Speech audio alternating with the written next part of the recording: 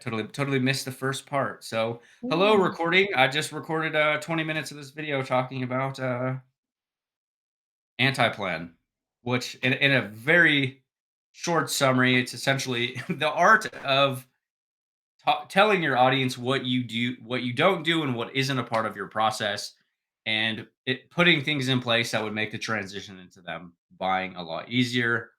I might just end up shooting another video and slapping it on the front of this because we all roast me in the comments about forgetting to record because that's my life today. So moving on, which I know for those guys that got the replay, you're gonna hate me because I just continued to push, even though you didn't see any of the other parts of the video. But hey, so I want to talk about content buckets, and the reason I wanted to really include this in content buckets and like talk about what you're saying in your content because this is probably one of the biggest hurdles that I've heard over the years. It's one of the biggest things that I tell myself. Like, I think we all go through these seasons. We're not immune to it, but like any one of these four buckets, you guys could essentially pull on in your content infinitely. And, you can speak to all four of these buckets individually. You can speak to all of them at once. Uh, but they're kind of categorized into levels of awareness. I think a big mistake a lot of newer online business owners try to do is they try to go from, you know, stranger to like high ticket buyer immediately. I did this a lot in my business when I was first starting. It was like somebody would like my Facebook post, and then I'd go send them a link to $1,000 product, and then I was like, why are they not buying? And one, they didn't know anything about me. They didn't know anything about like what I didn't do or what was a part of my plan. There was no connection. I actually did a video on this morning. Is we need to look at ways to create depth in relationships, especially if you guys want easier sales. Like the industry standard of a conversion rate is about 10%. So it's probably actually less, probably more like five or two, if I'm being honest. So that means like for every 100 people that see your video, that see your offer, that go onto your landing page, there's going to be two of them that purchase. There's going to be five of them that purchase for every 100 people that you send to that link. And that's taking into account if they have some type of relationship with you. Now you can start swaying those percentages into better and better. I mean, I think some of our offers have converted at, 30, 40, 50, 60%. Um, but that's by having a very deep nurturing process or something to create that actual depth in the relationship. Like the biggest thing to remember with content creation is the people that are buying from you today, the people that are purchasing your programs, your offers, or inquiring about your offers today are very rarely people that just started seeing your content today. They started watching you 3 weeks ago, last month, 2 months ago. Uh, they're not like necessarily seeing a 60-second video and just being like, yes, I'm going to go buy that product from them. Sometimes, but it's not the standard, right? This is why like email lists are so popular. We primarily use like community and workshops for our main mechanism, but I'm totally rambling. So um, the the buckets of content, so brand new to you, not problem aware, not aware, period. Okay, so these are the types of content that you would need to cover inside of that bucket. Tell parts of your story and your journey. Talk about your origin story. What caused you to actually start an online business? What caused you to blaze down the path of life that you're currently living and create some type of connection? Don't be afraid to talk about the struggles that you went through. I think especially in like the online space, everybody just wants to talk about the wins, the cool shit. I'm amazing. I made all this money. But like, what did you actually go through to get there? What are the trials and tribulations? A good example of this is like the Lord of the Rings. Okay, like if you look at actual movies, there's some type of arc in the story where nobody wants to watch the Lord of the Rings if you know he the movie starts, the opening credits end, and like he walks into the hut and he gets the ring. It's the world's shittiest movie ever. Like nobody wants to see that. Like, what are we giving like a hero journey, right? Like how can you create content that makes people feel inspired through what you went through, right?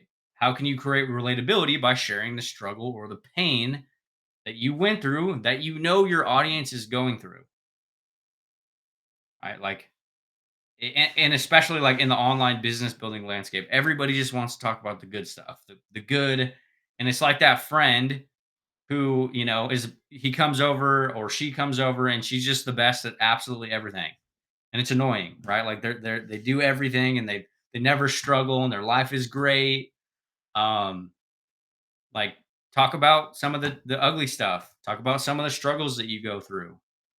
It's a really awesome way to like humanize your business in a world of like I'm the best and social media and filters and perfection. It's a really awesome way to like humanize and really create connection with your audience because you're real. You're trying to be real. Okay. Next, what did you actually do to make it over the hump? So, kind of, if you look at these actual pillars, it's like talk that you can kind of look at these in like a little bit of a line as well, right? Parts of your journey, story, struggles you went through. Okay, what did you do to start fixing that struggle? We reference this all the time in our business. I struggled for 3 years in my online business, and by struggle, I don't mean I thought about starting. I showed up every single day in my online business for 3 years, like working a full time job, being a single dad to a toddler, uh, which are all like creating relatability and struggles that people tell themselves all the time. I don't have time to start an online business. I have a job. I don't have any experience, etc., etc. Um, and I talk about this quite a bit, right? I showed up every day. I tried to do social media marketing agency. I wrote blog posts, I did YouTube videos. I was doing absolutely everything in online business with nothing to show for it. And the thing that really changed the game for me was getting hyper focused on one mechanism, one plan, one process, and doing absolutely nothing else for an extended period of time. I closed down my email list, my funnels, automations. I stopped doing blog posts and I literally just started posting content on Facebook, content in my community, and I tried to pitch an affiliate product. That was the year that I ended up doing my first 6 figures online, right? So that's me like talking. What did I do to make it over the hump? I got very lean, I got very simple, and I got more reps in on a couple things in business where my skills actually started to, you know, increase. Okay. Main problems, bottlenecks, or setbacks. Like again, this is like you got to remember with our content and what we're saying in our content, it is about us, but it's also about your audience. The reason you're posting content is to bridge some type of connection. So when you're talking about challenges or bottlenecks or setbacks in business, the reason you're doing that is because you're trying to create some type of relatability. You're trying to make your audience feel like, oh, Sherry understands where I'm at. Dave understands where I'm at. Gabe understands where I'm at. I am there right now. Like, think about the problems that you went through. And because if you went through them, there is going to be people in your audience that probably go through the same thing. Okay. How were you thinking in the beginning and why? This is also another one, especially if you guys are trying to work with like beginners or people who are new to online business. How can you shift their perspectives to look at things differently in business? I will say, brand new beginners, especially specifically in the online business building space, they're going to be the hardest to get results. Like let's just be real. Let's be 100% honest. A lot of the market wants to be like, if you're a brand new beginner, you can make 10 grand in the next 10 days. And beginners are going to be the hardest to get results, not because there's anything wrong with beginners, but it's because you're going to be fighting a lot of limiting beliefs. They don't believe in themselves. They don't believe in the plan. They don't believe in the process. They're not comfortable with putting themselves out there. So you're going to be fighting a lot of things on top of them learning tactics or strategies. Okay. Yeah. Any questions, you guys, that are on any of the lives? Happy to slow down and not just like word vomit on you guys. Well, not really a question, but I will say that some of us sell things that where we actually prefer beginners because they don't already have bad habits to try to Yep. break. That's another really awesome angle too that a lot of people don't even think about. So like I appreciate you bringing that up because I totally wouldn't have even mentioned that. Um, yeah, so that's another side to it as well. Is if they haven't learned bad habits. They didn't learn to. You're not unteaching them bad things or bad ways to try to run their business or whatever niche or industry you guys are in. Like it's not immune to just online business, but that's a really powerful aspect too. Like I'm not saying there's anything wrong. And let's be real. If you guys are new to business, you should probably be working with beginners. Like, don't try to sell people on things that you have not accomplished. This is a big one. Like, I help people make $10,000 a month. Like, are you making $10,000 a month? No. Well, then you probably shouldn't be trying to help people do what things you haven't done yet, right? But that's a very common symptom in the online business building space. Um, your ideal client or who you're really optimizing to speak to in your content, in my opinion, is somebody 6 to 12 months, a version of you 6 to 12 months ago. Like, what are the challenges or struggles that you were going through 6 to 12 months ago? What are the problems and the pains that you were currently in? Now, if that means you had absolutely no idea with what business was or online marketing or digital products or anything like that 12 months ago, then you would be talking to somebody that has absolutely no idea. Now, this grows with your business. Like, if you look at my business, I could technically help somebody create their first piece of content and make their first sale online because that's something I've done. But I could also help somebody that wants to scale their product past $1 million, build an affiliate program, all of these other things, because those are actively things that I've actually done in my business. But, 5 years ago, helping somebody take their own product to $1 million isn't something I could have actually had any idea the challenges or the hurdles that would come with that because that wasn't something I've done. Right. Okay, so this is really like some pillars for people who don't know who you are. Like we kind of want to start looking at content like uh, not making the assumption that our audience knows anything about us. Some of your audience, but if you guys are growing and like prominently on like short form video content, most of them don't. A lot of them, it's going to be the first time seeing you. So at least that's the goal. Um, So they don't know anything about what you do, how you help, which also kind of like feels what a lot of people bring up is like, oh, I've already talked about that. I've already said that in my content. Say it again. Say it again 100 times. Like I literally watched a video of somebody the other day where they grew their Instagram following to like 96,000 followers. And they literally just posted the exact same video like 100 times. It was the same video, nothing different, nothing, and then their audience grew. Um, Look at Gary Vee. He references the same stories over and over and over again until we start creating that association with your brand. Oh, Nate helps people build communities. Sherry helps people, you know, do this. Uh, Paul helps people do this. Dave helps people do this. Like, what type of associations are people going to get when they see your brand? And that is really only going to happen from talking about the same thing or mechanism or process or whatever your guys' stuff is, or repelling, like we talked about in the beginning of this call that was not recorded, um, is what types of what don't they associate your business with, right? What isn't a part of their business? Like we have literally repeated it so many times in content that we don't do sales calls. I haven't done a sales call in years. That most can associate that if they know anything about my business or they've been consuming my content for a little period of time at all, right? But that's through just raw repetition, which is not a sexy thing of me to say, uh, but that's how you start to build, authority. Now, this is where a lot of people get messed up in online business is they say they buy a product and then they are all excited and they get on a high and they bought this information and so maybe they post about this thing for 3 or 4 weeks and maybe then they change and they go buy something else and then they do it again. uh So then they're really cannibalizing any opportunity to create authority or any type of awareness on a bigger level around what they do and how they help people because they're constantly shifting. Right? It's like one month where, hey, don't do tech, like build a community and do this, and then the next month we're like, hey, this is how you automate a business, and right, we're kind of not giving ourselves the opportunity to build any real depth or authority around your business. So it's a big mistake that I made a lot in the past. Just full transparency.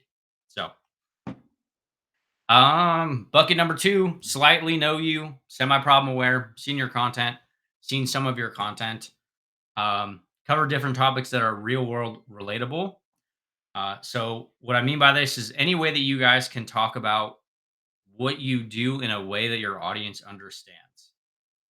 You look at like podcasts with Alex Hermosi or anything like this, he talks about this a lot where he doesn't try to be like very jargon heavy in his content. He tries to essentially dumb it down. How can you create content that gets your message across, but is not only relatable to a broad market, but is actually understandable? Like if I start talking about KPIs and OTOs and one-time upsells and like those are only things relevant to people that actually understand what I'm talking about.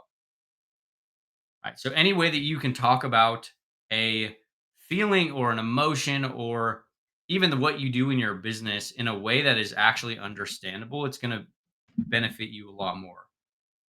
So like the difference is like, okay, uh, provide value, create value.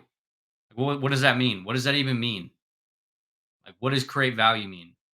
Give value. Like, what does that? What is value? Right? Or it's like, uh, short form video content. Now, most people know what short form video content is, but as an example, it's like talking about the difference between short form video content and just reframing that to like, I help people grow their businesses online through creating simple 5-second videos. Everybody's going to know what a 5-second video is. Not everybody's going to know what short form video content is, right? So thinking about the way that you speak about your business or what you help people do in a way that everybody will understand or a feeling that everybody will understand. This is something that we've talked about a lot. Uh, a very popular one in the online business space, like, hey, I help people, do $1,000 a day online. That's a feeling or an emotion that only a small percentage of your audience will actually even understand. Like, unless you have had $1,000 day online, that's not relevant to you versus like, can we talk about that same experience, but in something that somebody can actually understand? Going into the bank and cashing their 2-week paycheck, or, really just trying to articulate your content in a way that actually creates an emotion that most people get, if that makes sense. Not necessarily like industry stuff. Because like immediately, if somebody's like, hey, I want to show you how to make $1,000 day online, you got to remember most of your audience is like one, they've probably never even made $1 online. So they're like, oh, well, I can't make $1,000. I'm not qualified enough. I'm not good enough. They don't even understand that feeling. So they don't even feel like it's relevant to them. Right. They've never experienced that. So it's not something that they can even conceptualize yet. Versus like, hey, I help people create content and build businesses and do all this. And imagine like literally paint this picture. Imagine walking into, the bank account and cashing your 2-week paycheck and all this type of stuff. And you're able to do that on repeat, literally just because you started posting simple 5-second videos on the internet. You're framing it in a completely different lens or an experience for the actual audience. Right. We gotta try to read our audience's mind and kind of think about where they are at and like what they actually feel or what they're going through. I think this is a big one. The longer we play this game too, it's very easy to just assume what is normal to you is normal to everybody. It's not. Um, so agitate the problems, like describe the problems or the pain that your audience is in. I'm not saying you got to do this like being an asshole or being rude or abrasive or anything like that. I'm not saying to be like, hey, your life sucks a bowl of dicks because you don't have my products. Like, don't do that. Like, hey, you're a piece of shit because you didn't buy my program. Like, that's not going to make anyone want to buy. But like, agitate your job as a marketer, as a content creator, as somebody who's trying to sell products or programs or processes to people is to find a problem or a pain that your audience is in that your product or your offer has a solution to, and apply constant pressure to that pain point. In full transparency, the first 10, 15, 20, 30, 100 angles you try probably aren't going to work. Uh, but that is our job. Okay. Like, look at a lot of the online business landscape is it's a lot of very FOMO heavy content because it makes you feel like you're in a painful situation because you're missing something. Right. You got to remember why people actually purchase stuff anyways. It's not if they get some type of relatability from your content because they're in a certain situation and then your offer is the solution, uh that's the best case scenario. But it is a tricky one because I'm not saying you guys want to go out there and just be rude or mean to people because they don't have your program. It's not a good feeling, right? You want to make them feel understood in their pain. Like I was talking about, telling stories, talking about, hey, I used to struggle with this. If you are currently going through this, I want to share what fixed it for me. Right. So then it's like a us. We struggled in this thing together, not like I'm too good to have these pain points or problems because I'm the best and I'm the coolest in the world. Um, if you notice, it kind of flies hand in hand with this, like talking about struggles you went through. Right. If you can talk about the struggles that you went through in bucket one, you're agitating the problem that they went through. So it kind of works in unison, in tandem. It all kind of flows together. Um, right. What emotions are you trying to tickle? Like this is a big one. So like what I used to have a piece of paper on my desk that said clarity before copy. And a big thing for that is like what is the intention of the piece of content that you guys are trying to create? What type of emotion are you trying to create? Like take this video as an example. I'm trying to create a bunch of different perspective shifts on how you can create content. Right. Maybe the emotion of like, I don't know what to post. I don't know what to say in my content. I'm overwhelmed. I'm struggling. Uh, like, what are we actually trying to? What type of emotion are we trying to connect with that content? Are we trying to inspire people? Are we trying to motivate people? Are we trying to, you know, cause fear in some people? Like every piece of content can be different, but um, right? Emotions buy. Emotions cause buying. Like, don't forget the game that we're actually playing in this online space is like it's a people business. It's so easy to get like super disconnected because the person on the other side of this camera, they're not in your physical presence. You can't like touch them or whatever. But it is 100% just a people business. It's just humans. It's just people to people. There's no secret thing. It's the same thing as the forever, right? It's just people. Okay. Talk a little bit about the solutions to said problems based on you, your plan, what you do, what you did, like I was talking about. Why would they want to fix their problem? Now, there's two ways you guys can reframe helping people with problems. Is like talking about what is the cost of not actually fixing that problem. Like if they continue to stay stuck in that situation for the next 12 months, what will continue to happen?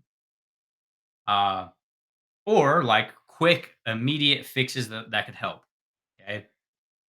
How do they know they have a problem? This is also another thing is like talk like helping them become problem aware.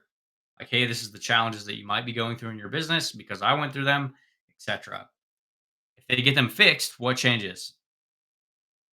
Like if you look at fitness content, why do you think they do like before and after content? It's because like, hey, you're here, but if you buy this program and you eat well and you work out, you'll be here. It's like future pacing what will happen if they fix this problem they're going through. Okay? You gotta remember that's what people are buying. They're not buying your course with 75 videos. They don't give a shit about that. They don't care about how many tactics are better or like anything like that. They're buying where they will be after they have your product or service or whatever you do. The transformation that happens after they purchase the program.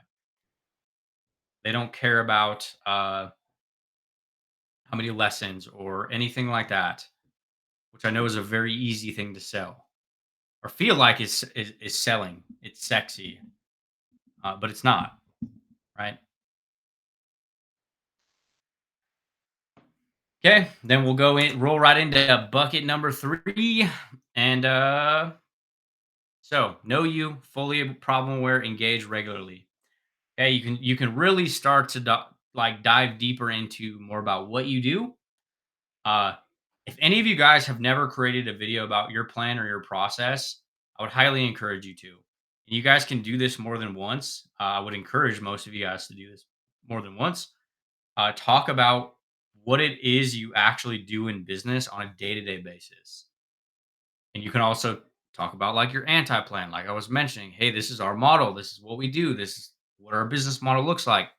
This is what it's comprised of. This is what it's not comprised of. This is what I do every single day. Um, the easier that you can make it for your audience to understand before they purchase anything from you, like, hey, this is what I would be doing. This is a big one in the online space. Online space likes to sell you on the ideas and not the actual action. It's also why you need to pay attention to what people do and not what they say. It's like, hey, I have a passive income business, but I go live for 6 hours every day. It's not passive income. It's not a passive income business, right? Um, so the plan or the anti-plan you follow or don't follow, or tried or failed. Okay. Still incorporate all the above from each section. Throw in a few things that you offer for free that help you with XYZ or low ticket. Okay. Like, I know low ticket's a sexy thing. We just want to have some type of end goal with the low ticket. I was talking about this last night in one of the school groups. I was like, I don't know what to do, whether I do high ticket or low ticket. I think low ticket is fine as long as it's not like the only product you're trying to sell. There needs to be an end goal. Um, just created a new offer that tells who it is for and who's not for. Golden. Heck yeah. Yeah, and I'll pull up an offer example for you guys in a sec too. Like it's a very our actual group juice document. When we launched group juice, it's funny to look back at it because if I read that doc, there's not any like super clear outcomes or any type of this is what we're going to do together. A lot of it was very pain driven. It was very anti-plan driven. Hey, if you currently don't enjoy your business because you're doing this A, B, and C, and D, we're going to show you how to do it without that. So it's very very pain focused, right? So the other side of that fact is like then it is literally who this is not for just by uh doing it creating an offer like that, right? Like, hey, obviously if you want to do daily outbound messages, posting in other people's groups, or taking sales calls, this probably isn't going to be for you because it's going to show you how to remove them, as an example. But I will keep going real quick, and then we can hang out and parlay and do whatever we want because small crowd today. Yeah. Fully indoctrinated, problem aware, solution aware, chatting and engaging, and diagnosis from you. They know you and what you're about and how you can help. They're looking for your guidance and validation. Drive all pains home. Then show them the grass, the green grass. Show them the green grass. That's great English or great reading skills. Show them where the grass is greener. Okay. Um, so like if you look at this kind of flows hand in hand, like talking about the pain that they're currently in and then the outcome. Okay. So I know you guys can't see this on Facebook, but if you look at the actual document, a lot of these kind of all go together. But really, the biggest thing is like trying to stagger intention around your content. Like, hey, I'm creating content for people that don't know who I am. They maybe know who I am. Hey, they've been watching my content for a little while. Um, in the industry, you will hear it, and I purposely did not reference it like this, but you will hear it talked about as top of funnel of content, middle of funnel content, and bottom of funnel content. The reason I did not say that is because just from my own experience, it took me fucking 8 months to even understand what that meant. Uh, so realistically, it just means like talking to strangers, talking to people that are like maybe lukewarm to you, and then talking to people that like have been watching your content, uh, for the last 90 days. Okay. And you want to optimize to create content for all buckets, all levels of awareness, like how close those relationships are to you, right? Um, you can't necessarily only live in one space or one arena of content. It can't always you can't always do like just top of funnel content, right? Because there's going to be no depth. There's not going to be enough depth in that content to actually, you know, make sales or generate any sales opportunities. And you also can't create just middle of funnel content because there's not going to be any new people coming into your world, and then eventually you're going to have the same audience that's heard you say the same thing, and you know, etc. And you also can't just create super hot bottom of funnel style content, because over time it will actually start to repel your audience, because a lot of bottom of funnel content's like making offers. They're already kind of deciding whether they want to buy, and if all you talk about is your paid products and your paid offers, the inverse actually happens. Is we The more we want to make sales, we go talk about our product, and then over time it's like, oh well, all Nate does is pitch me, and like I don't even want to watch his content anymore because all he does is ask me to buy shit. Like this is lame. I don't even want to consume his content, right? So the ultimate goal is to have a cadence of these different levels of awareness. Okay. Yes, I mean this is probably my first live on a Facebook profile, and I don't even know. 3 years, I would imagine. Been a long time. So hello, Miss Doubtfire would say, right? Um, so and I did kind of piggyback here.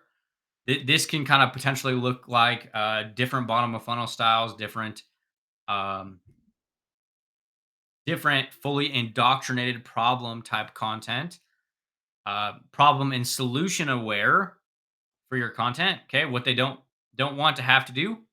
This is a big one. You guys have probably heard me reference this quite a few times. Big time sucks. Any way that it can help somebody take time away from their business or save time. Uh, there is two different ways to look at time.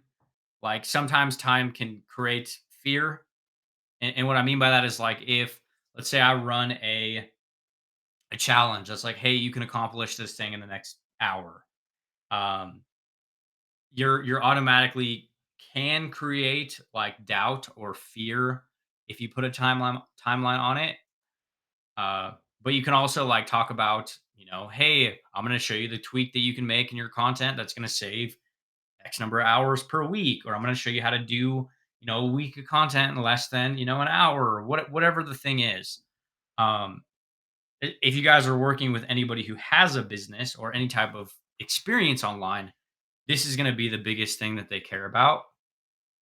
Like I'll tell you for my own business, I would rather pay you more money if you're going to save me time. I don't care about, even if I have to pay you a premium price tag, if you can save me time over a longer period of time. Like how many times have I said time in the last 2 minutes? uh Anytime I can, get that back, I'm willing to pay for it. If you guys ever work with like local business owners, I know there's some people in my audience that do like services for brick and mortar. This is going to be the biggest thing that they care about. Like they already have a brick and mortar business to run. They already have a business to run. They don't need to add 17 more tasks to their plate that is literally just going to take more of their energy. what can you do to help them save that time? How can you, make something more efficient in business? How can you create leverage, etc.? Okay. These are examples of things that we've used in our business. Okay. Offer not selling. This is a big one. I literally made a video about this today, talking about why two different changes that you can make if your offer isn't converting. Now, these are realistically like talking about different buckets that we could use inside of this bucket, specific to our business. Okay. Um, Leads are freebie seekers. And what I mean by this is if you're getting a ton of people who don't want to buy anything, they constantly want an arm and a leg for free. Uh, I would literally start mentioning price in your business, even if you're not pitching. You can do this casually. I've done this probably 4 or 5 times on this call without even realizing it, because we've done it so much at this point. Where, hey, this is something that I teach my clients that are in my $500 masterclass. This is I pulled this one strategy from my $1,000 program. Hey, I'm going to run a training today that is, a part of what I cover in my paid products. Um, like kind of going back to what we say and how we say things in our content, because you will train your audience. Yeah, several times. Yeah, you train your audience to how you want them to treat you. We've talked about this quite a few times where if somebody comes into our group, we'll have a couple offers immediately when they come into our group. And the goal isn't to have them buy, it's so that way they can start making justifications as to why they could actually even purchase it. It's like the story that gets referenced a lot is where, you know, you want to buy a new car and then all of a sudden you start seeing that car everywhere and you start making these internal justifications of like, oh, maybe I could afford this car. And then, 6 months later you have a brand new car because you've literally been seeing them everywhere and telling yourself why you could afford it or how you could afford it. And you want to like don't skirt around price. I think this is a thing that so many people do in the online space is they're absolutely terrified to talk about pricing. They feel like it's going to piss people off, and they're going to be like, I don't want to buy your programs. And uh, this was a really popular one back when like TikTok came out, and there was a really popular $7 product, and nobody wanted to talk about the upsell. Nobody wanted to mention that there was a $2,500 upsell on day five. So then what happened? Day five came, and then all your clients were pissed because you didn't tell them. It's like, hey, you get rich with $7, and then you're good. But then when day five came around and there's like, oh shit, there's an upsell and now I'm locked out of this program. And like, just talk about the price. You don't have to do this while you're pitching them. You just subtly mention a price point. Right? Train your audience to be comfortable with buying or talking about money or talking about finances. Because if you don't, they're gonna get all clammy every time you mention something that's paid. You know, I was the kind of guy that would talk to you for 8 months and never ask you to buy my offer because I was just thinking that you were going to be like, hey, thanks for the value. Sell me something, which doesn't happen. Okay. What worked for you and why did you think it does? Why do you think it does? So, like, literally talk about what has worked for you in your business, your plan, your process, like we've talked about. So, I won't continue to hammer that. But the more that you guys can talk about what you're actively doing inside of your business on a day to day basis, the better off you're going to be. Okay. Um, what do you do that's different, causing a wanted result? Like I've hammered that on this call. What do you do that is different from everybody else in your market? What is your unique value proposition? If you guys ever want help finding this, we did literally create a custom GPT for the free community. You can put your offer in there, you can put your business in there, and it will help you look for a unique angle to talk about your products, your offers, what you're doing inside of your business. What's up, Cass? Live on Facebook for the first time since Vietnam. Um, so yeah, what do you do that's different? What is the unique position that you have on the market? This is a huge one in like the affiliate space, the digital product space. You have to look at something that is causes you to be different than everybody else. What is your unique proposition? Do they get extra support? Do they get a bonus? Do They get your batch creation process on top of the product that they're purchasing from you. Like, what is going to allow people to flock to you instead of everybody else selling the exact same thing? I'll give you a real time example. When I was selling an affiliate product, and that's where I had a lot of my success in the beginning, it was like, yes, you got this affiliate product, but you also got a case study group from me where I was going to show you how to grow and monetize a group. And then I went live every week on Zoom. And then you had this private group. And then I had all these other things that the other people who were promoting the affiliate product weren't doing. Now, a lot of people don't like to do this because one, they think they're going to ruin their cash flow, or hey, I want to, make 100% profits. And the number one thing I would recommend in those first few sales for a lot of people is like, do absolutely anything you can to get those first couple sales in the door, even if it means doing stuff that is not scalable or uh, you can't do it forever. Like my first few high ticket sales is I literally did weekly one-on-one calls with the people who bought for like 6 months because I was willing to like do whatever it took to get those first few clients in the door, and then I could help them, and then I could actually, help them get some results, and I could get some confidence, and it just flywheels into actual your marketing and everything else. Okay. So don't try to create your forever offer, I guess is what I'm trying to say, especially in the beginning. It's your first offer. You're probably going to change it. It's probably going to tweak. It's probably going to be different. But like we try to perfect this scalable offer that's going to be our forever offer. And it's like in realistically, we just want to get those first few sales in the door. We want to get those first couple clients in the door. Sell some of your time. Oh, Cassie sending some stars. I don't even know what those are. Appreciate you. um Okay. What have you removed that you thought that you didn't like that made a huge difference in business? Okay, I do this a lot. I When I started removing funnels, complex tech, automations, I removed sales calls, all these types of things in my business. That's a good real time example of talking about what did you remove?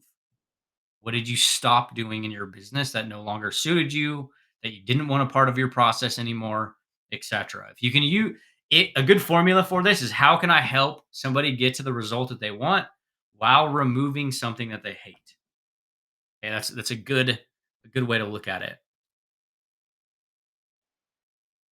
Oh yeah, 100% changes that you get some experience. What? How do you know Cassandra Lopez? Feels so weird saying her full government name like that, Cassandra Lopez. Squirreling off. Appreciate you guys on school. Okay. Oh, look at that. Cute. You guys can't see this on school, but I got like dog ears on my face right now. Okay. So I will let me see where we at. Okay. So these are some a little bit more piggybacks and a little bit more content pillars that you guys can talk about on inside of your stuff. So you want to create so that way they're able to see how you operate, how you can speed up their results, etc. Talk about brand growth, methodology, philosophy, beliefs, personality, client results and wins. These are like 5 different pillars of content. Like, what is your plan or your process? What is your beliefs around how things should be done in business or not be done? And I feel like I'm about to get some big old lips. What are your beliefs? And I don't necessarily mean like religious beliefs. I mean like what are your actual hills that you're willing to die on an online business? I see what it's doing now. Personality. Like you got to remember, people are going to be buying into you, not just your business. Okay, like who are you beyond business? Gary Vee's been talking about this a lot recently in a lot of his content. It's like, hey, I think the future of online business isn't uh sterile ass personal brands. He thinks the future of business is no niche content. Maybe you like golf and you like hot dogs and you like whatever, you like basketball or you like going on hikes. Those are all going to be integral parts of your content in unison with uh, in unison with business. Because maybe you have a video that goes viral for you talking about your favorite golf course, and then somebody goes onto your page and they're like, "Oh, look, Brian's into business too. I'm gonna go check out his thing." Right? So like N- Gary Vee's been hammering no niche content, which is kind of funny because we've talked about this a lot over the years. But you got to remember what people are buying. They're buying into you, like it's a human business. They're buying into actual you as a personal brand, what you do, who you are, outside of just like I'm a robot who helps people make money online. Okay, that's the quickest and the easiest way to blend into everybody else. Okay. So results, client results, etc. The one thing I will say about results or wins in general is we personally like to pair monetary wins with plans. Here I come. Hey, it wouldn't be a good time without it, right? So I appreciate it. Uh, results or client. We like to pair results with the process that was actually required to get those results. And I'll share a perspective shift on this real quickly. Like we have hundreds and hundreds and hundreds of screenshots from income. Okay, I've made money online almost every single day for years at this point. I could literally share screenshots every single day. Now I do. I'm not saying I don't share screenshots, but I am saying the prominent format of my content isn't screenshots because they do work really well for lead flow, for marketing, for you know attraction of people. I mean, go look at the state of like make money online, pay like YouTube. It's all quick PayPal money. Hey, you can make $150 an hour, whatever. It does really good at generating attention. But I will say is if you plan on doing any type of services or you plan on uh, actually working with those customers after they purchase anything from you, it actually makes getting them results really hard because it creates really bad expectations.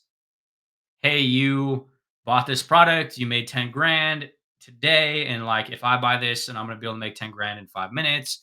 And it's just a breeding ground for low quality clients, people who kind of want results immediately. They're not really willing to do any work, etc.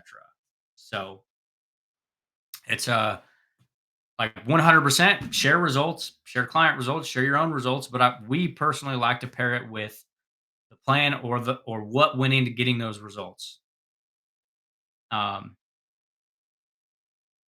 bunch of see, I guess I don't be going on enough Facebook lives. I feel it's given like totally TikTok vibes right now. Lead generation, external lead generation. This is an example of like how you guys can uh, generate leads. TikTok, short form video, YouTube profile posts. Most will be further back on the buyer's journey. So this is a you gotta some of you guys weren't here when I was talking about this, but the people who start following you on your content today are not the people who are going to be buying today. This is a very bad way to look at business, especially in the content creation space. Is I need to go make sales today, so I need to go post content today. The people who just like see your TikTok today are probably not going to be the purchasers. They've already been consuming your content. They've been watching your stuff. They've been a part of your ecosystem for a while. It's not This is why we talk about why consistency in the content creation space is so important because it's a compound effect. Like your buyers and the people who are buying your $1,000 products and your offers, they're not going from, oh, I saw a 5-second video of you and now I'm pulling out my credit card and buying. It's not, yes, they do happen, but it's not like the standard. It's those are like the anomalies. Those are the exceptions in the space. Okay. Internal lead generation inside your community. Reviving old conversations is probably one of the fastest and closest to buying. Or buyer pools. Hey, if you have a bunch of people who bought a low ticket product from you, go restart conversations with them. Go talk to them. Go, hey, I'm kicking off this new masterclass. Is that something you'd be interested in? Especially if you guys have played this game for a long time. You can scroll back 6, 12 months in your inbox and just rekindle conversations with folks. and it's going to actually be easier to like sell them something than it would be uh, a complete stranger, right? They don't know anything about you yet. You need to marinate a little bit more. Direct offers, and this is talking about ways to like get exposure to your products. I think this is pretty much rounded it out. So, anchor or written posts or live videos where you feed people to it. We do this a lot where we like to give away free trainings and we kind of pitch at the same time. We've kind of called these our cash mullet kickoffs. You know, value on the front, sales on the back. I guess you could say. Maybe one day I should grow out a mullet. Um, and the reason we like to do this is because not every post can be an offer. The more that you talk about your offer and your content, the more that you're going to have to like, you're going to end up repelling more people. If every post is like, hey, buy my product, buy my product, buy my product. Okay. So we like to do some type of free training that either solves a prerequisite problem to the offer or it gives them the actual 10,000-foot overview of the same process. So I'll give you an example. We did a JV one time many years ago at this point, but this is kind of where we started to realize this was a strategy where we ran a training that was like, hey, these are the 4 pillars to a six-figure business. And we covered this, 2-hour live masterclass talking about these 4 pillars. We didn't really go super in depth or like over teach. We just talked about like this is what they are, not how to do them. And at the end of it, we were like, hey, if you guys want to work with us over the span of 8 weeks and deploy these same 4 steps, like we're hosting a case study group. And I mean, I think we did like 50K profit in like 14 days. Um, so that's one style is like taking what you cover in your offer, your digital product, creating a free training that talks about the what of that actual plan or that process, and then drive people into the offer, or you go micro in the problem. Okay, so you go. What I mean by that is like, let's say I have a product that helps people, generate their first $1,000 online, whatever it is. What are the problems that they are going to have before they're even ready for your offer? And that's what you would cover inside of a free training. Give them the pre problems. It can't be the same. It's like, as an example, I run this training for you guys, and I'm like, hey, these are the anti plan and the content buckets. At the end of this training, I can't be like, hey, if you want $1,000 masterclass on content buckets, send me a message. Like, it doesn't even make sense. Like, I just gave it to you. I just gave you the content buckets. You don't want to buy the content buckets. I would need to use a different angle, or I would need to actually give you less on this training as an example, right? Okay. So I'm not going to run through all of these because I feel like I'm kind of like just word vomiting and running through a lot of the same stuff. You guys do have this document, but like, right, sharing behind the scenes, how you're creating content, whatever you guys' planning or process is. Uh, the biggest thing that you guys can realistically do in your business is like, how can I one bridge belief, bridge connection, create some type of relatability in my actual content? Um, how can I help people get quick wins? Like everybody talks about value. What is a thing that you can actually give your audience that would make their life easier in your offer? Like a real-time example, if somebody buys group juice from us getting you results is significantly easier if you already have a community. Yep, save the yeah, see that's golden. Save the how to until they pay you. Yeah, golden. Teach the what, not the how. Um, don't over teach. If you guys are giving high levels of value, don't be afraid to ask for sales. That's also another one is like so many people are terrified of like, what if they say no? So then they don't ask and you're like guaranteeing the no because you just didn't ask anyway. So um yeah, mainly wanted to run this training, talk about different content buckets, anti-plan, different things you need to like start articulating in your content if you want to make easier sales or you struggle with what to say in your content because I know that's probably the biggest hurdle for a lot of people. I don't know what to say. I don't know what I need to be creating content on, right? So I'll pull this doc down and we can parlay if any of you guys want to jam.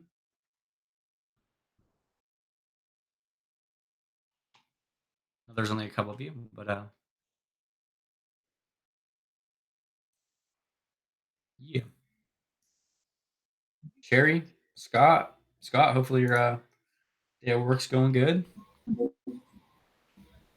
Facebook folks. Yeah, try something different. Go live on Facebook. Can't remember the last time I went live on my Facebook profile. Shout out to Cass for gifts. Bosses are out this week, so I was able to tune in longer. Yeah. Can we get a copy of that document you were? Yeah, let me reshare it for you guys. I'll come back to and add it on the Facebook profile if you guys are watching this on Facebook. But if you guys have any questions or you guys want to jam on anything, happy to hang out. Absolutely open book about whatever. Most of you guys know that already, but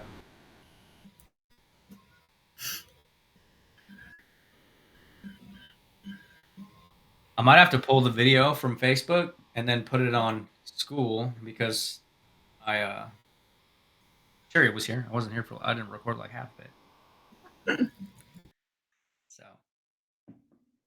figuring it out as we go.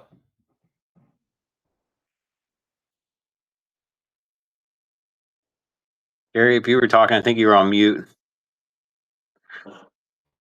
Oh, I was, wasn't I? I hate this mute thing. I think I turned it off of mute and then I put it back on.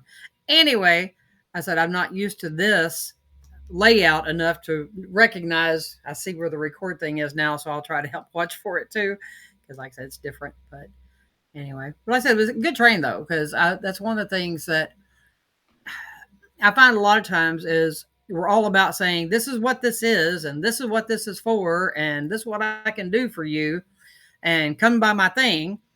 But then you have a lot of people, it's kind of like what happened with the digital marketing thing that I was part of, that it's always 2-hour workday, 2-hour workday. And everybody's going, hey, I want to work 2 hours. And then you get there and you have no clue. You got to make videos. You got to do all this stuff. So, it's also good to say, if you are totally opposed to making videos, you're totally opposed to doing this is not for you. Yep. 100%. So, I mean, so doing both does make a difference. And that's why the one I just made is, it's for training for people that they know stuff. Okay. They've had, they didn't take my classes and they don't want to start over and they don't care about doing my degree classes, but they've learned, and it's, other than social media, and it's plainly states, in other words, you didn't learn off of Witch Talk, that, you have verifiable training, but nobody taught you how to run a group or a coven or a, pagan church or whatever. Okay. You don't have that training, then that's what this one is for. But you actually have to, contact us, be interviewed, because it's a one-on-one training. I don't want anybody just going and paying for it, then find out that they're 18 years old and all they've ever done is watch TikTok and, Yep. Look up stuff in Google. It's like, no, you're still not ready for that. So, but yeah, it's a huge one. And anytime you can draw lines in the sand, like Sherry's mentioning, like where you need to be before my offer, what isn't a part of my offer, who it isn't for. Like, hey, if you're 18 and you've only watched Witch Talk, then this isn't going to be a good fit for you. Maybe you need to start here. I think we avoid stuff like this because we feel like we're going to piss people off. But a good way to reframe it and the way we look at it is it's like realistically, it's going to allow you to serve your audience better. It's going to allow you to serve your clients better. Because, like, as an example, if somebody buys my product from me and they don't know or believe that they're going to have to create content, and then they buy, and immediately I'm like, hey, you need to be posting content every day. They're like, oh yeah, this is shit. I don't want to be a part of this. I already have remorse that I bought this. Like, you're starting that business relationship off on a bad foot. Versus if we could avoid that out up front, either in our content, in our offers, in our copy, like pairing what you do, how you do things, but like who it's not for. I think that I guess that's one of the main reasons I wanted to run today's live, is because I think so many people want to be everything for everybody, and then they really don't connect with anyone. They don't resonate with, identify with anybody in their audience, because it's like there's no polarization. There's no like, this is what you do and how you do things and your belief. And I don't mean like your belief system. I mean like, this is the way that you think your process should be done. Well, it's kind of like my first year classes. I think one of the first couple of years that I, had taught in person, and I had one lady say, "I didn't know there was going to be so much homework. If I had known that, I would never would have taken the classes.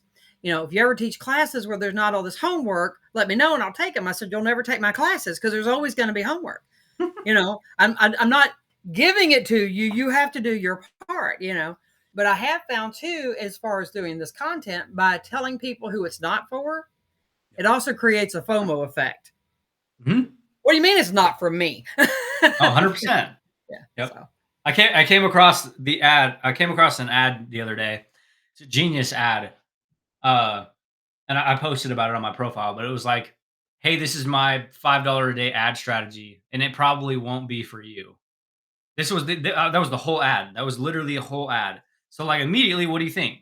Okay, well, I need to go figure out why this isn't for me. It's like, don't click this link, or what? Like, you're immediately going to be like, okay, well, why not?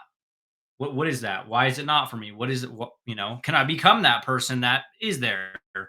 And again, I'm not saying you guys got to get out there and be negative or be dicks or be rude to people or anything like that. It's like, you got to remember what we're really trying to do is we want to attract the right people, repel the right people.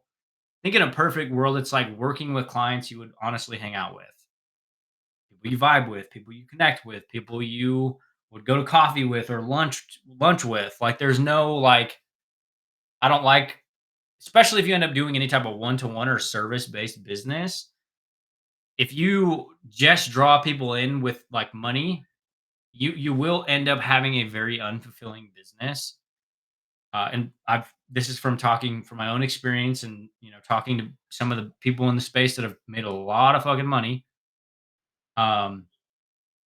Is they don't end up liking their business because they're just attracting very money motivated, quick win type people, and then it's like, I can't even get them wins, and I can't get them to show up for themselves. And like, think about it in a perfect world. What type of person would I want to work with?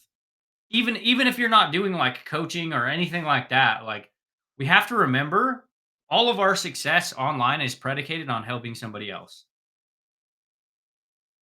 If you can help somebody get the result that you're selling them on, then it creates better marketing. It creates this flywheel effect. Creates confidence, creates conviction. Like, when people ask me like, "Hey, how come you believe in your process?" It's because I've lived my process every day for years, but I've also watched it work and helped it work in a lot of different businesses for years. Yeah. Yeah. Do a mixture of content, who it's for, who it's not for. Yeah. Do healthy balance. Don't necessarily want to just be like, constantly polarizing or constantly, hey, you want to have that yin and yang effect. It's also extremely different in the content marketing or online business landscape. Like, everybody wants to tell you why you should work with me and why you should buy my product. It's like, hey, here are the 10 reasons why you shouldn't. Here are the 10 reasons why you should not buy anything from me or not work in anything that I have. This is probably why you should unfollow me, right? As an example.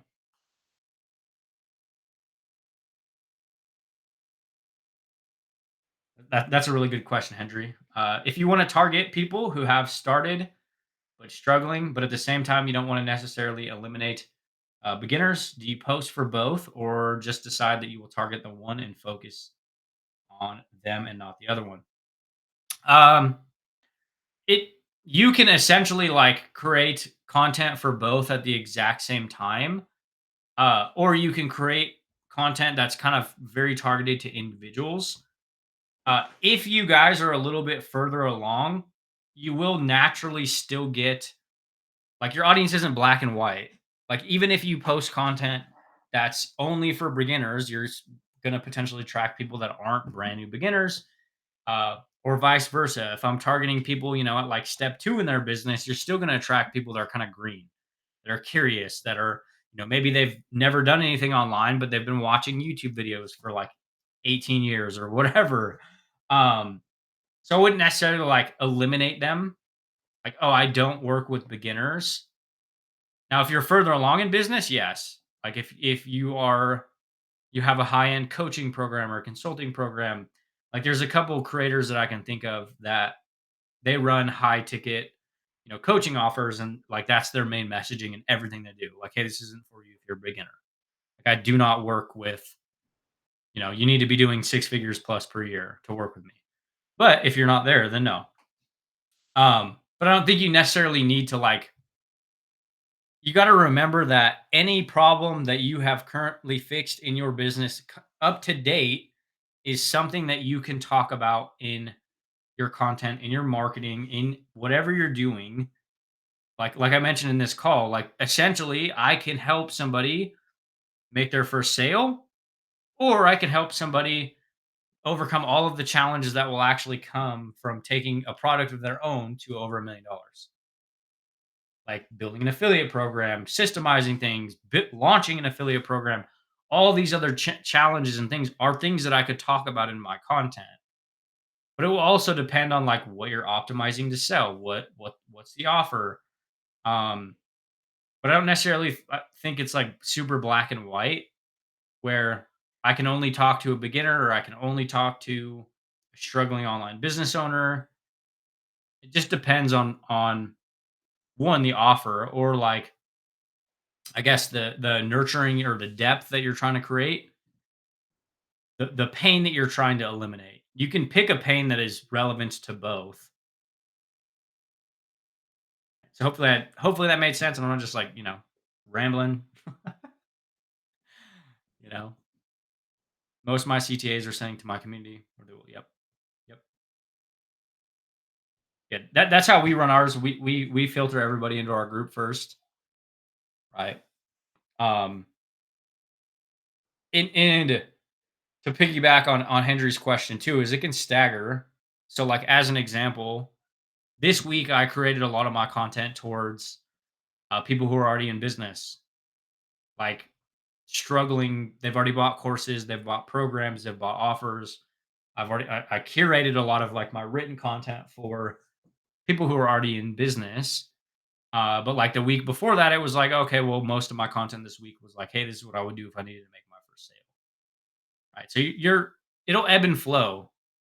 It's not necessarily like forever, I guess you could say.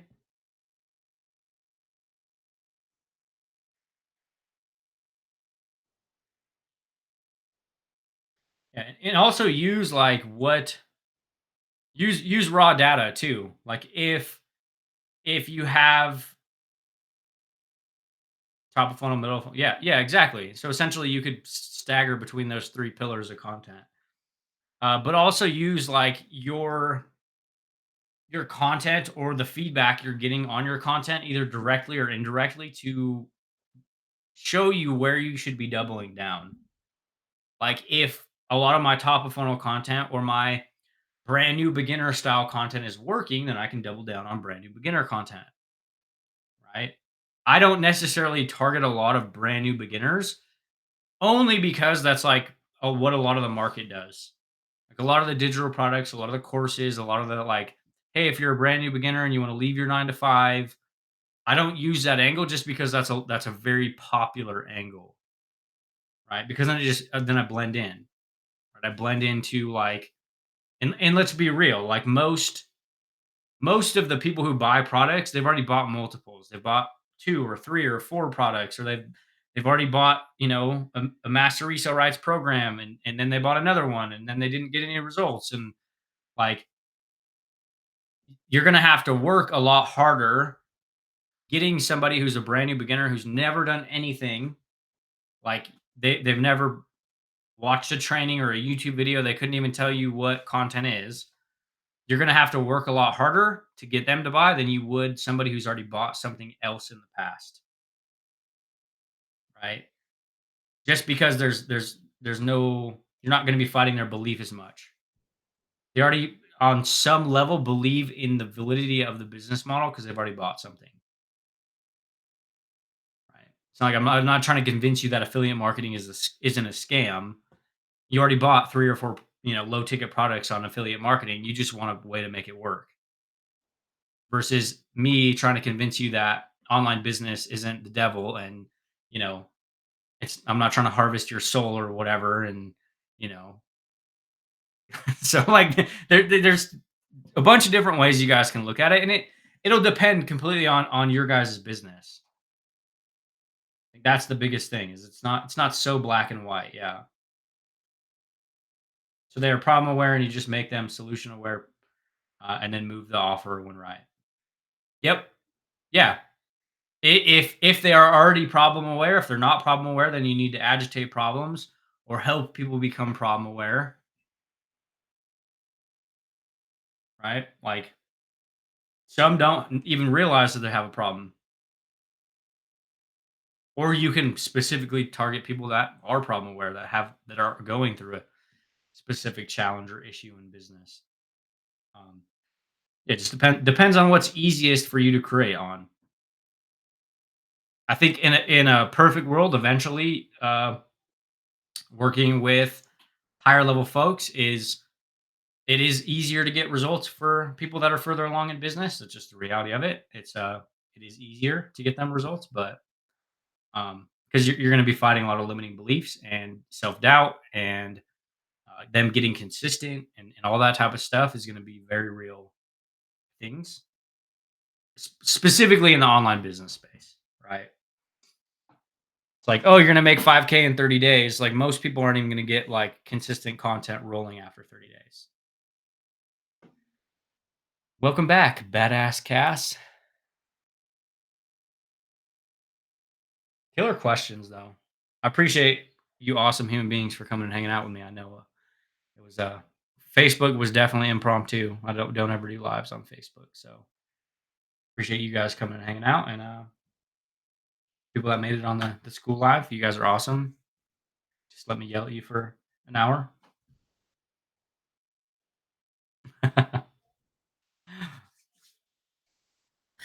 Your content or your teachings and all that are at least fun, as opposed to the other mastermind that half of them are pitch sessions, Pitch. telling everybody how crappy they are because you keep asking the same stupid questions and blah blah blah crap, and it's like, I paid all this money for this. You're supposed to be teaching me something. So Yelling. yeah, you do great. Yelling. I mean, there's You're down to earth. different teaching styles for a lot of different stuff. We try to keep things simple. I mean, I think that's another thing is like there's a lot of there's really not that many things we need to be doing in business. I think it's very easy to add complexity to something that's not. Yeah, thanks for not being crappy. Cheers. We like to add complexity. We like to make things more difficult than they actually are. And at the end of the day, like I think that I was talking to somebody yesterday. They're like, "Oh, well, I really appreciate you taking the time to talk to me." Like I'm literally just a regular dude. I'm wearing basketball shorts right now. Like I'm nobody fucking special. Like I'm not. And I know that it's like, oh, you need to have more self confidence. It's not about that. It's like I'm just a regular fucking awkward, inappropriate humor guy. Like I'm literally just a regular guy. Like I don't have ego around my business or whatever. I just figured out some shit to sell some products online, and I mean, yeah, and I genuinely want to help people. So thinking of doing a group just for beginners where I have content, etc., in there that they can follow and give them actual tasks to do. If they do it, they stay. If not, they're out. Would that be a good time or waste? Would that be a good idea or waste of time? It's a killer idea. This is something that I did in my own free community way back when, way back yonder, back in Nam. Just kidding. I was born in like 2006, so. No. Yeah. So back in my free community, what I actually did was I did like a little 6-day challenge. So what I actually did is I gave them like daily action tasks.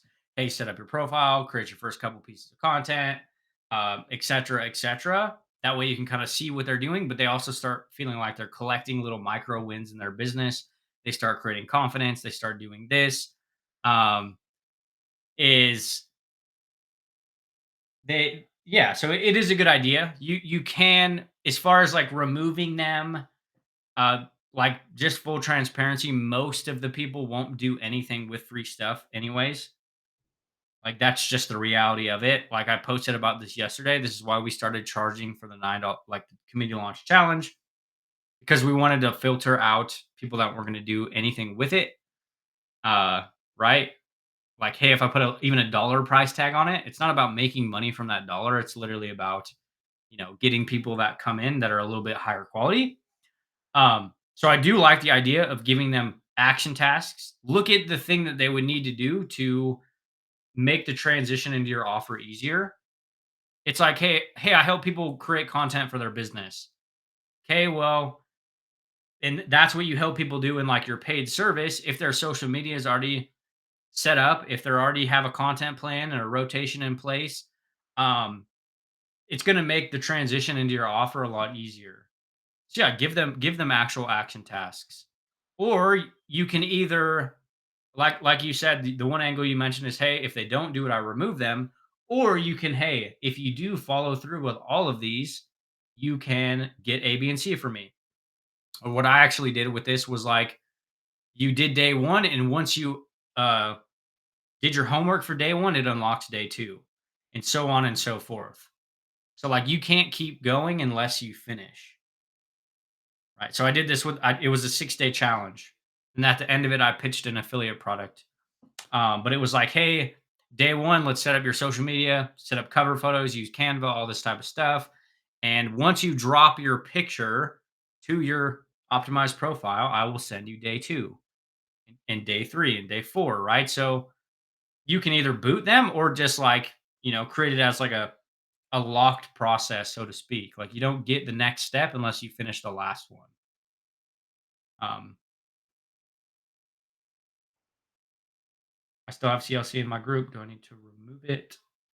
No, I mean you can leave it. It's all good. Like it's not, again, it's not like we happily give it away for free. It's not that we want to charge for it. It's literally about the retention or showing up or implementation of it, which is a good lesson in business as a whole. Like look at Group Juice. Group Juice produced a crazy amount of client results coming out of it. We charged $1,000, $1,500 for it, and then when we go give like literally 85 or 90% of it away for free, it's like, I'm not even going to do it because it doesn't matter. I don't have anything to lose, right?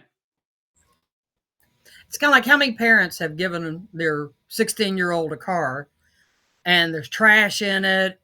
They don't take care of it. They don't wash it. They don't care.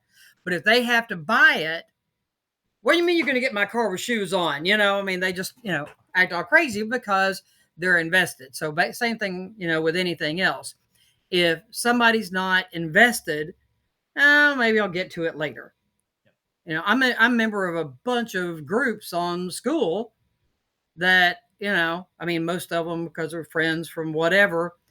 I never go in them. I'm actually starting to remove some of them because they just take up space because there's nothing there really for me. It was something to help them out, whatever.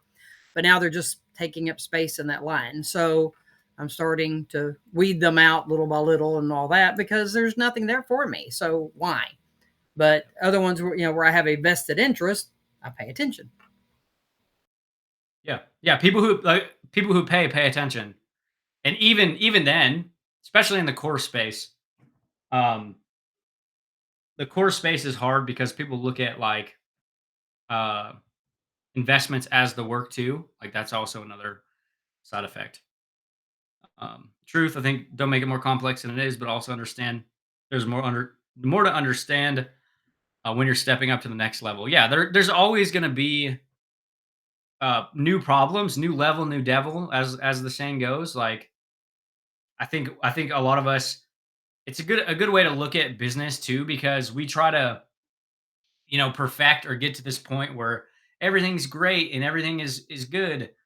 But realistically, like as your business grows, there's just going to be a new challenge or a new thing that you have to work on, or a new thing you have to learn, or a new whatever. So it's like there is realistically no, like, it's not sexy to say, but there's no end. Like I could sit here and tell you like, hey, I have a wildly profitable business. Everything's fucking great. It's not.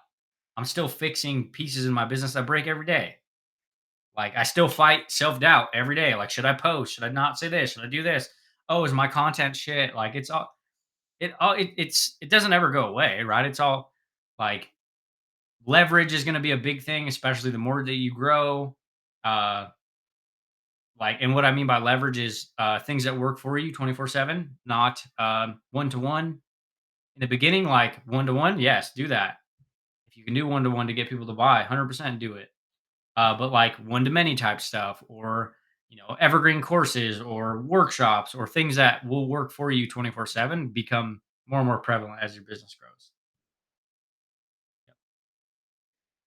Yeah, yeah. Even if we gave group juice away, yeah, there would be a huge portion of people that wouldn't do anything with it. It's a thing in the space. We try our best to like talk about this a lot in content. Um, and I think it stems from a lot of the market does market FOMO, like you're missing a strategy or a secret or a loophole or a tactic. Like you don't need my process. You don't need anybody else's process. Like at the end of the day, like this is a lesson for me is I bought courses for 3 years, literally buying everything I possibly could for 3 years, chasing strategies and living in this, oh, I'm missing something. I'm missing something. And realistically, the first course I probably would have bought that I did buy probably would have worked if I would have like stayed the path for a long period of time. Um, but a lot of people look at online business, and it doesn't help that a lot of the market does this. Like, oh, every other month there's a new secret, there's a new formula, there's a new strategy, and so a lot of people don't ever give themselves enough time to build momentum or build authority, like we talked about today on this call. Like, you know, every other month it's changing your business to this, and now I do this, and now I don't. Now I talk about the things that I didn't talk about previously, and they start cannibalizing their momentum versus like picking a couple problems that they help their audience solve and like just talking about that more consistently for like 6 12 months. I'm not saying you guys got to wait that long to get results. It's just most people start to build a little bit of momentum in their business and then they change. And then they do it again. It's like I spent the last 90 days talking about, hey, this is how you remove sales calls from your business. And then I switch business models. And then I'm like, oh, well, this is how you book all these sales calls. So, like, right out of the gate, your audience is like, okay, well, everything you've said over the last 90 days is irrelevant. Now I don't trust you. So many people do this like subconsciously. They don't even realize it in their content. Like they contradict the marketing messages that they've said a lot, which is easy to do, but it's you got to remember people really pay attention to what you're doing and not necessarily what you're saying too. It's like, hey, you tell people to post content every day, or you help people grow their business by posting content, but you don't ever post content. Or it's like a relationship coach who's 18, never been in a relationship. Like, are you going to trust that? Or like somebody who is a fitness coach who's overweight. Like, you have to live in, not only what you say, but how you live. Like, are you following your own plan or your own model or your own business?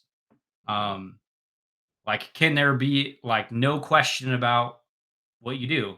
Like anybody can look at my business, or I'll post things that I posted 3 years ago. I'm still talking about the same shit. Still talking about the same mechanisms, the same uh still wearing the t-shirt, same t-shirt, but but these are subtle things that people pick up on.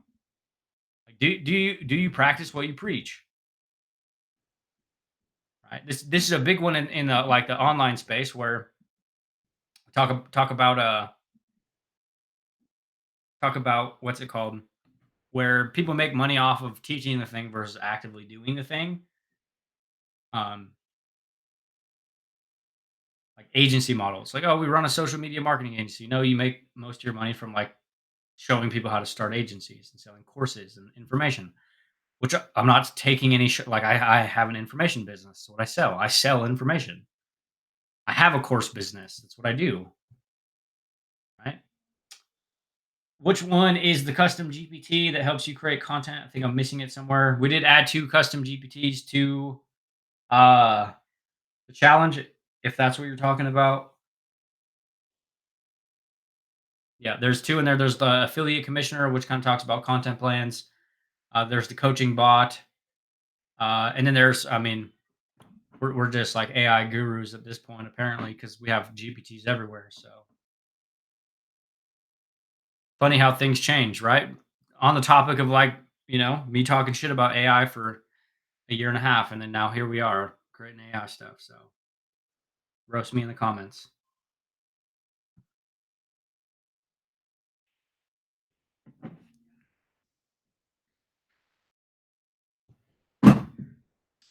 We'll have a look. You mentioned it yesterday. Are you talking about like the attention architect and all the custom GPTs we were talking about on the group juice call? Yeah, all of those are in the Clarity Compass. So that's the new offer, the AI Accelerator. Those are the custom GPTs that we spent a lot of time building over the last few months. Those are in the lifetime deal we're probably going to end up running, or promotion we're running. I did post about that. Talked about that yesterday. Yeah, so those are all different GPTs that are not necessarily in the free group or inside of Group Juice. And the reason we created them is, one, core was getting too big. So some of you guys have already heard the story, but our coaching program was getting absolutely way too big. So we actually created them to create a better experience for the folks inside. And then it was like, well, why not just give these away as, product? So we ended up turning it into a little bit more of a lower ticket product, which is essentially all the tools without the coaching, unless you're in Group Juice, then you get the coaching and stuff. So, yeah.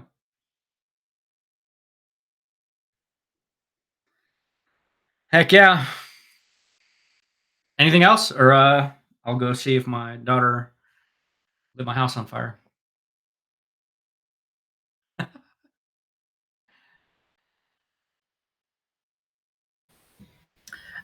Go check on your beautiful daughter.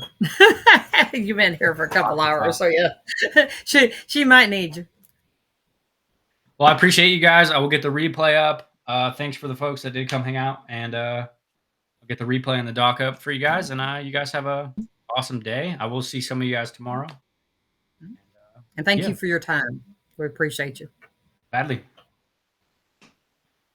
Bye.